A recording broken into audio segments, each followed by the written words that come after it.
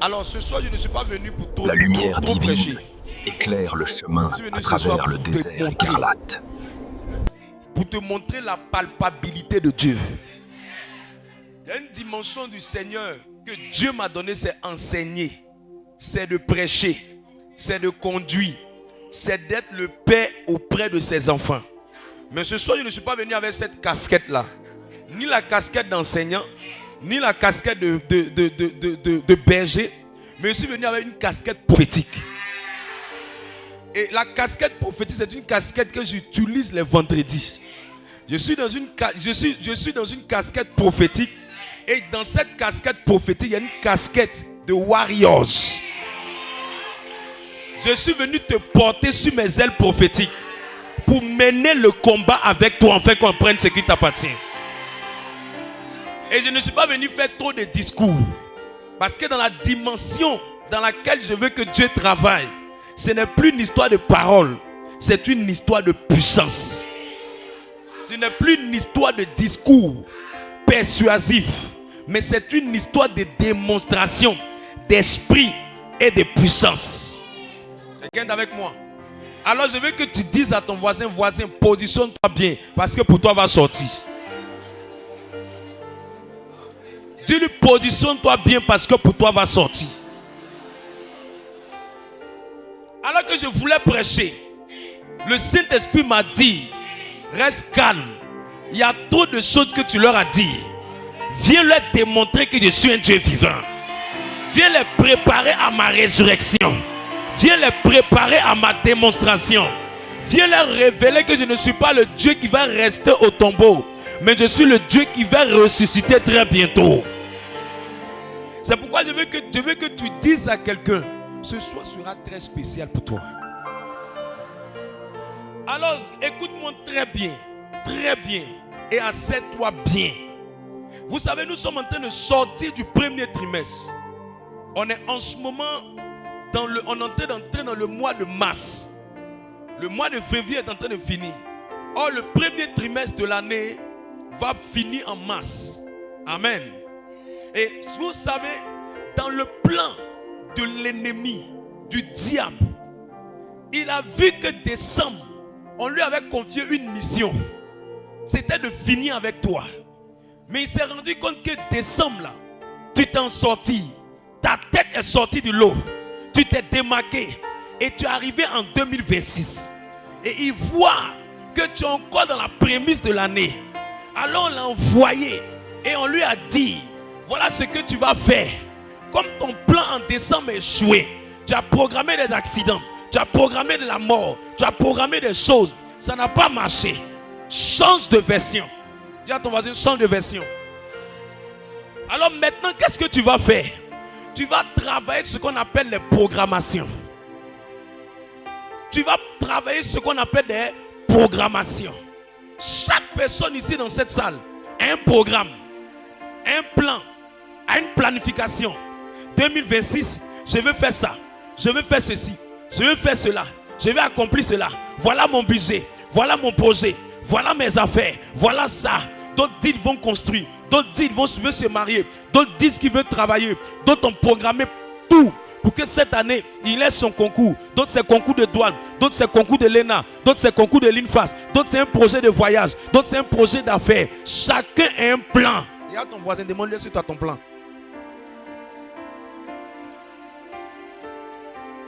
Et il dit quoi? De la même manière que toi tu as ton plan, l'ennemi cette fois-ci ne cherche pas comment faire pour détruire ton plan d'abord. Il cherche comment faire pour faire ce qu'on appelle un programme. Planter quelque chose, programmer quelque chose, quelque chose, une stratégie, dans le but de t'atteindre, dans le but de t'avoir, dans le but de te détruire. Mais son plan, c'est écrit pour chaque personne dans une période bien déterminée. De la même manière que toi, ton plan, c'est à une période bien déterminée que tu veux faire ça, tu veux faire ci. Lui aussi, à une période bien déterminée, il a programmé que tu arrives, que quelque chose t'arrive, que quelque chose t'atteigne, que quelque chose se réalise de façon négative dans ta vie. Mais je viens détruire ça dans le nom de Jésus-Christ. Et je déclare que ça ne marchera pas au nom de Jésus. Lève-toi sur tes pieds et dis, je refuse ça. Assieds-toi. On est dans une atmosphère prophétique. Il ne faut pas être comme un moustiquaire dans cette salle. Il ne faut pas te comporter comme moustico dans cette salle. Il faut être quelqu'un de spirituel. Il faut être quelqu'un de vivant. Il faut être quelqu'un de vibrant. Et dans le programme, parce qu'il n'a pas marché en décembre, il est animé d'une grande colère. Il est animé il a une nervosité à l'intérieur de lui. Il te hait parce qu'il est joué. Or, dans le royaume des ténèbres, il n'y a pas le mot miséricorde. On ne laisse pas à l'étranger ce qui n'a pas marché. Donc, soit on l'a dégradé, soit on lui a fait une punition. Et lui a dit, cette fois-ci, quand tu vas partir, programme quelque chose, planifie quelque chose. Et fais tout pour que ça puisse marcher. Fais tout pour que ça puisse se réaliser. Fais tout pour revenir avec une bonne nouvelle. Sinon, cette fois-ci, on va te tuer. Et comme ils savent que janvier, février, mars, c'est le mois, c'est le premier trimestre de l'année, qui est l'image de la prémisse de l'année, ils feront tout leur possible pour venir déposer une sémence. Matthieu 15, 13. Déposer une sémence, planifier quelque chose, établir quelque chose, et ils vont simplement se retirer. Ils plantent la chose et puis ils se retirent. Ils plantent que dans le mois de mars je ferai ça. Ils plantent que dans le mois de février je ferai ceci. Ils plantent que dans le mois d'avril je ferai cela. Mais ce n'est pas dans le mois où il a planifié là qu'il vient déposer la sémence. Il dépose la sémence avant. C'est comme un venin. Dès que tu as mis le venin, promène-toi comme tu veux, saute comme tu veux. Dès que le venin est déjà rentré, où il va aller là, il s'en mourir là où il va vouloir partir. Et c'est comme ça qu'on planifie les choses. Et les gens sont agités. Mais attends, comment il s'est fait? Décembre, le diable ne m'a pas tué. Décembre, ses projets n'ont pas marché. Mais qu'est-ce qu'il a fait? Comment il a fait? Voilà ce que Jésus va parler. Jésus va parler de ça tout à l'heure. Je proclame la parole du Seigneur. Matthieu 15, le verset 13. Il répondit, toute plante que n'a pas plantée mon Père Céleste sera déracinée. Regarde, il parle de plantes pour parler de quelque chose qu'on a planté, quelque chose qu'on a sémé. Mais l'expression qu'il utilise, il ne dit pas que la plante là, elle sera coupée. Il ne dit pas que la plante là, on va enlever les fruits. Il dit que ce n'est pas les fruits qui sont le problème, mais c'est ce qui a été planté là qu'on doit détruire. Donc il y a des choses qui vont arriver dans les mois qui vont venir. Ce n'est pas dans les mois là qu'elles ont été sémées. Elles ont été sémées avant même que le mois arrive. On appelle ça dans le combat spirituel les programmations démoniaques. Tu comprends? Les programmations démoniaques. Donc d'autres personnes disent, les gens disent, mais il a fait un accident en avril. Non, c'est pas en avril ils ont fait ça. Ils ont planté ça depuis le début d'année. C'est en avril on l'a vu mourir. Sinon depuis longtemps ils avaient fini avec lui. D'autres personnes vont dire, non mais ils ont divorcé dans telle période. C'est pas la période là le divorce a été sémé. Ça a été sémé depuis. Et les résultats sont venus. C'est ce qu'on appelle des programmations. De la même manière que toi en début d'année, tu as écrit des choses. Mais souvent ce n'est pas le même jour que tu as écrit là que ça se réalise. Ça va se réaliser à la période que tu as établie ou selon la période que Dieu va vouloir. Mais dans tous les cas, toi tu fais ta part et Dieu définit le reste. De la même manière, eux ils viennent s'aimer quelque chose. Et dans leur royaume ils se battent pour exécuter leur programme. Mais je lève ma main que cette année 2026, je ne sais pas qu'est-ce qui a été programmé sur toi, dans ton village maternel, dans ton village paternel. Si je viens avec cette onction et ce manteau, c'est pour que ce qui a été planté soit déraciné dans le nom de Jésus. À quel moment il plante? Matthieu 13, verset 25. On appelle ça les programmations. Il y a des gens qui vont dire, mais le gars là, il était zélé à la prière. Mais comment? Qu'est-ce qui s'est passé? Et puis la flèche, elle l'a eu. Non, la flèche n'a pas été envoyée. Tu comprends, Cédric? La flèche n'a pas été envoyée à la période où le malheur est arrivé. La flèche a été envoyée avant. Donc on doit détruire le programme là. Parce que si le programme n'est pas détruit, c'est compliqué. Et tu sais, Freddy, que l'État même a un programme par rapport à l'année 2026. Donc si l'État a son programme, toi tu as ton programme, les sorciers aussi ont leur programme. Dis à ton voisin, on va voir quel programme va marcher.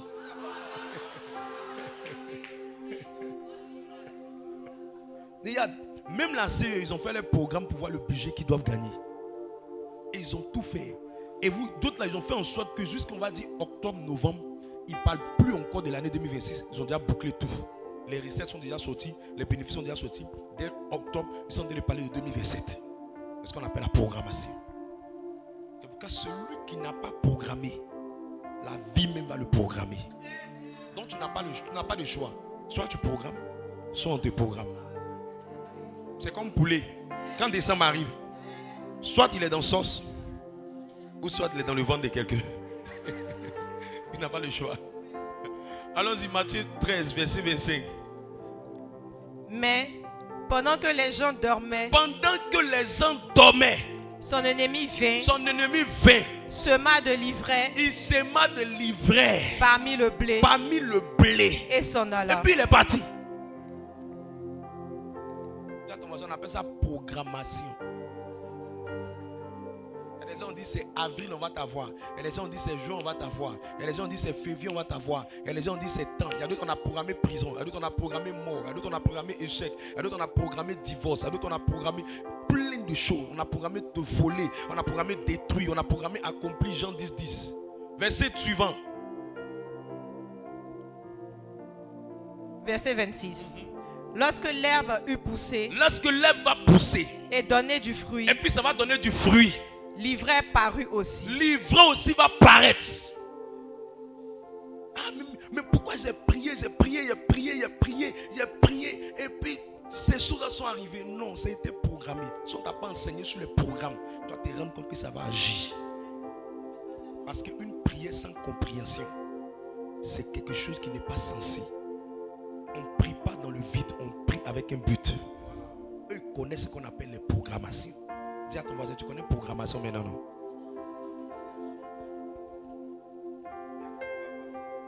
Tu vois que quelqu'un va venir à l'hôpital, il va voir une personne qui a couché.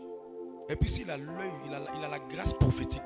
Il va dire, mais ce monsieur-là, il est déjà dans un cercueil. Mais lui, il se voit, il se dit, il va vivre encore.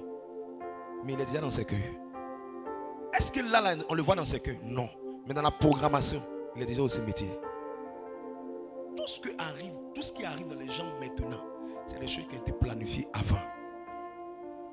Tout ce qui arrive dans la vie des gens à une certaine période, c'est des choses qui ont été écrites avant.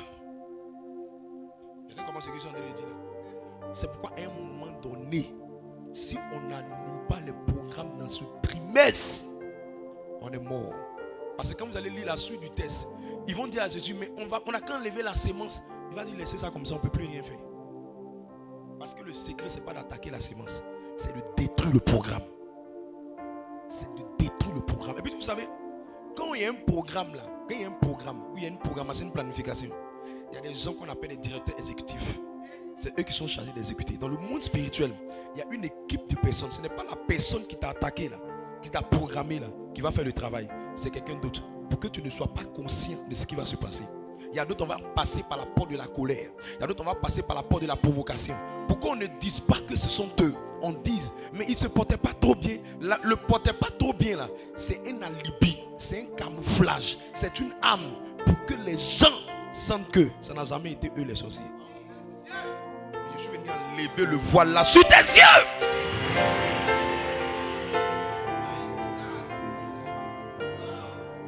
Ils étaient là les deux tranquilles. Petit discours seulement de brosse à dents. Divorce peut venir. Ce n'est pas brosse à dents le problème. C'est une programmation. La brosse à dents est comme l'alibi, le prétexte. Ce que les hommes vont voir. Et puis ils vont dire c'était comme ça. Il s'est levé le matin. Il partait se laver. Et puis il est tombé, il est mort. On va dire non, c'est peut-être la douche était glissante. Qui n'a pas fait attention. Il a eu une fracture. Et puis en partant. C'est fou. Ce n'est pas la douche. Longtemps on a déjà fait son kédjenou. Maintenant, c'est l'exécution qui s'est produite. Mais cette nuit, nous allons nous lever pour annuler les programmes. Les 300 personnes qui se lèvent pour dire je détruis. Au nom de... Assieds-toi. Lis le premier texte que je t'ai donné. Shamalada diabo kalia. Dis voisine, je ne sais pas qu'est-ce qu'ils ont programmé dans ta famille maternelle. Il faut dire voisin, je ne sais pas qu'est-ce qu'ils ont programmé dans ta famille paternelle.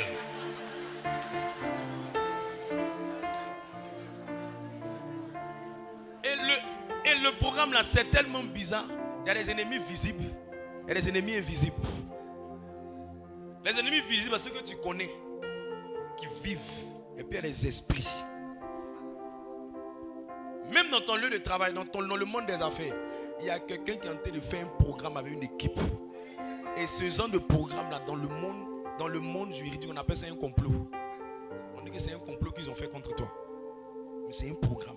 Parce qu'ils ne veulent pas que tu restes dans le lieu de travail. Ta tête les dérange. Mais nous allons les limer et les botter dans le nom de Jésus. Somme 18, verset 40. Toi, tu n'as pas pris le test. Ok. Somme 18, le verset 40. Tu me ceins de force pour le combat. Tu me ceins de force pour le combat. Tu fais plier sous moi mes adversaires. Tu fais plier sous moi mes adversaires. Je lève ma main et je prophétise. Cette nuit, tes adversaires vont se mettre à genoux sous tes pieds. Allons vite, je pense qu'il y a tout dit. Allons-y rapidement, on va démontrer maintenant rapidement. Allons vite. Verset suivant, jusqu'au verset 44. Let's go, let's go, let's go. Tu fais tourner le dos à mes ennemis Tu devant moi. fais tourner le dos à mes ennemis, les ennemis visibles, les ennemis invisibles. Il y a des gens là, quand ils te voient et tu es content, ils ne sont pas contents. Quand ils te voient et tu es heureux, ils ne sont pas contents. Il y a un type d'ennemi là, eux ils attendent de voir les résultats pour te combattre. Maintenant il y a un type d'ennemi là, eux tu n'as même pas le résultat. Tu ne vois pas où ta vie va. Tu ne sais pas ce que tu as accompli. Tu n'as rien, tu ne deviens rien, tu n'accomplis rien d'extraordinaire. Mais ils sont sur toi. Tu sais pourquoi? Ce n'est pas ce que tu es qu'ils voient. C'est ce que tu deviendras qu'ils voient. Allons-y.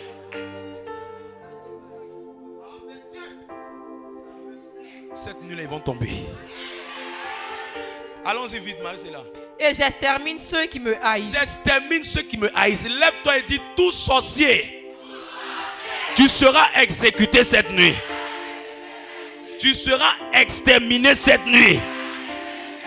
Au nom de Jésus. Allons-y. Ils crient et personne pour les sauver. Ils crient et puis il n'y a personne pour les sauver. Ils crient à l'Éternel. Ils crient à l'Éternel. Et il ne leur répond pas. Parce qu'ils ont programmé. Ils ont programmé. Dieu lui-même respecte les programmes.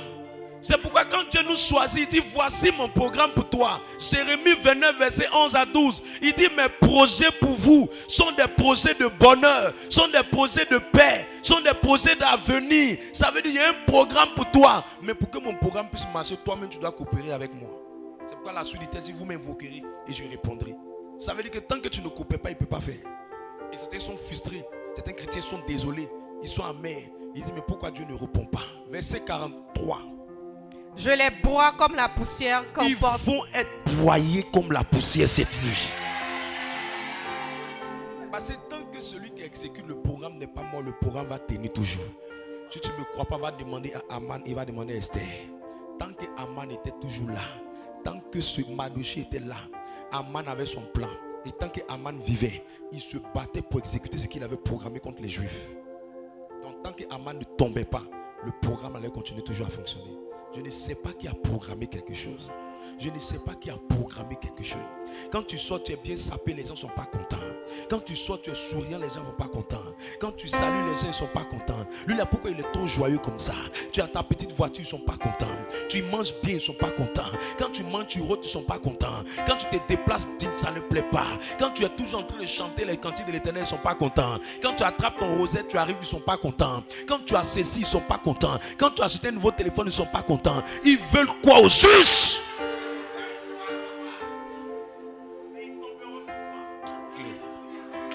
Allons-y. Je les foule comme la boue des rues. Tu me délivres des dimensions du peuple. Tu me délivres des dimensions du peuple. Tu me mets à la tête des nations. Tu me mets à la tête des nations. Il dit, il y a des gens, tant qu'ils ne tombent pas, tu ne peux pas être à la tête. Tant qu'ils ne sont pas broyés, ta position à la tête, tu ne pourras pas la voir. Parce que ce sont des freins pour toi. Mais je lève ma main, je prie. Que quelqu'un prenne sa place. Que tu sois repositionné là où tu dois repositionner. Que tu occupes la place que tu dois occuper. Regarde, ce n'est pas ta faute. Quand tu es né, Dieu a mis quelque chose de grand sur toi. Il ne peut pas comprendre. Pourquoi les gens t'aiment? Pourquoi les gens t'apprécient? Pourquoi partout tu mets tes pieds, on te prend bien? Pourquoi les gens sont derrière toi? Ils ne peuvent pas comprendre. Il faut leur dire, c'est mon étoile. Dis voisin, c'est mon étoile. C'est mon étoile. C'est Dieu qui m'a donné. C'est Dieu qui m'a donné. C'est Dieu qui m'a donné. Allons-y. Un peuple que je ne connaissais pas m'est asservi.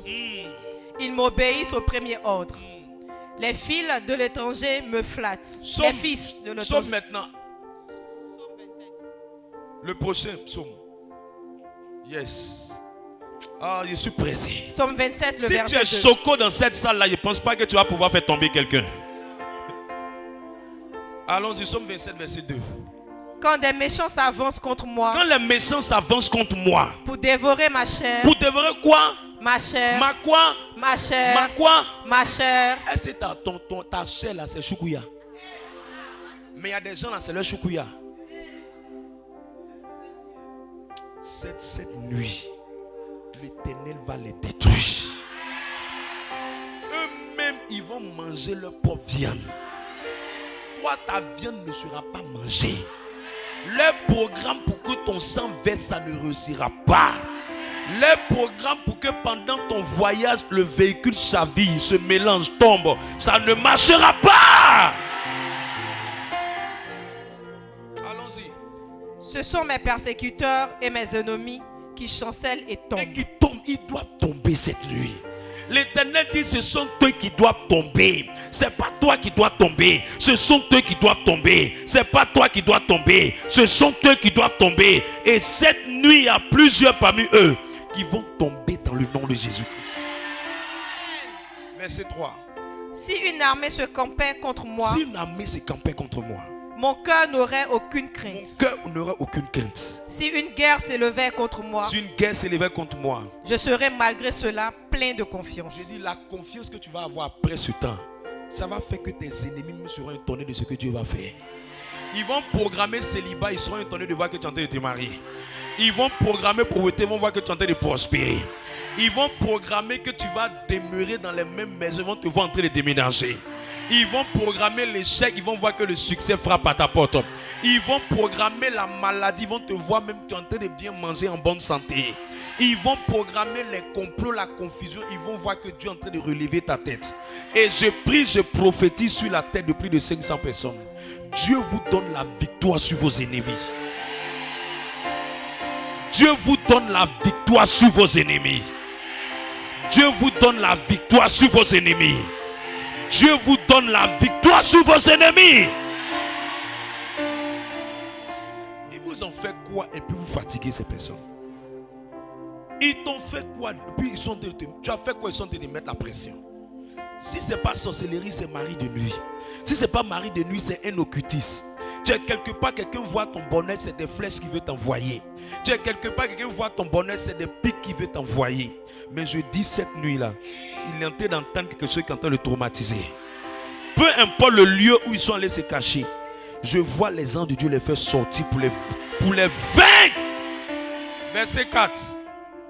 Je demande à l'Éternel une chose que je désire ardemment. Je voudrais habiter toute ma vie dans la maison de l'Éternel pour contempler la magnificence de l'Éternel et pour admirer son temple. Tu vas vivre longtemps et tu vas raconter les merveilles de l'Éternel. Je dis à quelqu'un, tu ne mourras pas. Je dis à quelqu'un, tu ne mourras pas. Si je parlais, ce que je disais était vraiment profond, tu allais me donner un amen pour plus que ça. J'insiste pour dire à quelqu'un, tu ne vas pas mourir. Regarde, tu ne vas pas mourir. Tu n'as pas encore fini de faire ce que tu dois faire. Le plan de Dieu pour toi n'a pas encore expiré. L'accomplissement des promesses de Dieu pour toi n'est pas encore totalement exécuté. Qu'il pleuve, qu'il neige, Dieu vivant que nous servons va se relever sur toi. L'abattement dans lequel ils veulent te mettre, ça va retourner contre eux-mêmes. L'humiliation qu'on a programmée, l'humiliation là est en train de se détruire. Quelqu'un ne sait pas que l'atmosphère dans laquelle on est est très prophétique. J'annule ce qu'on a mis sur février. J'annule ce qu'on a mis sur mars. J'annule ce qu'on a mis sur avril.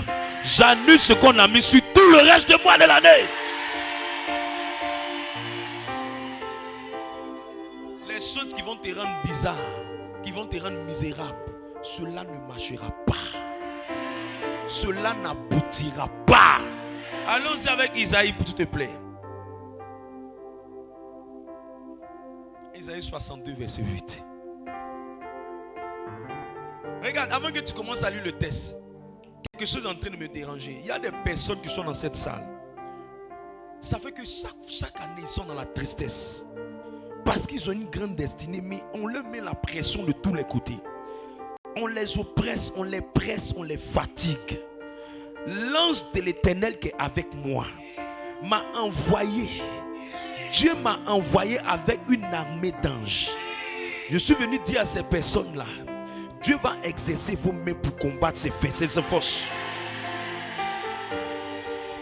Pour combattre ces forces. Pour combattre ces forces.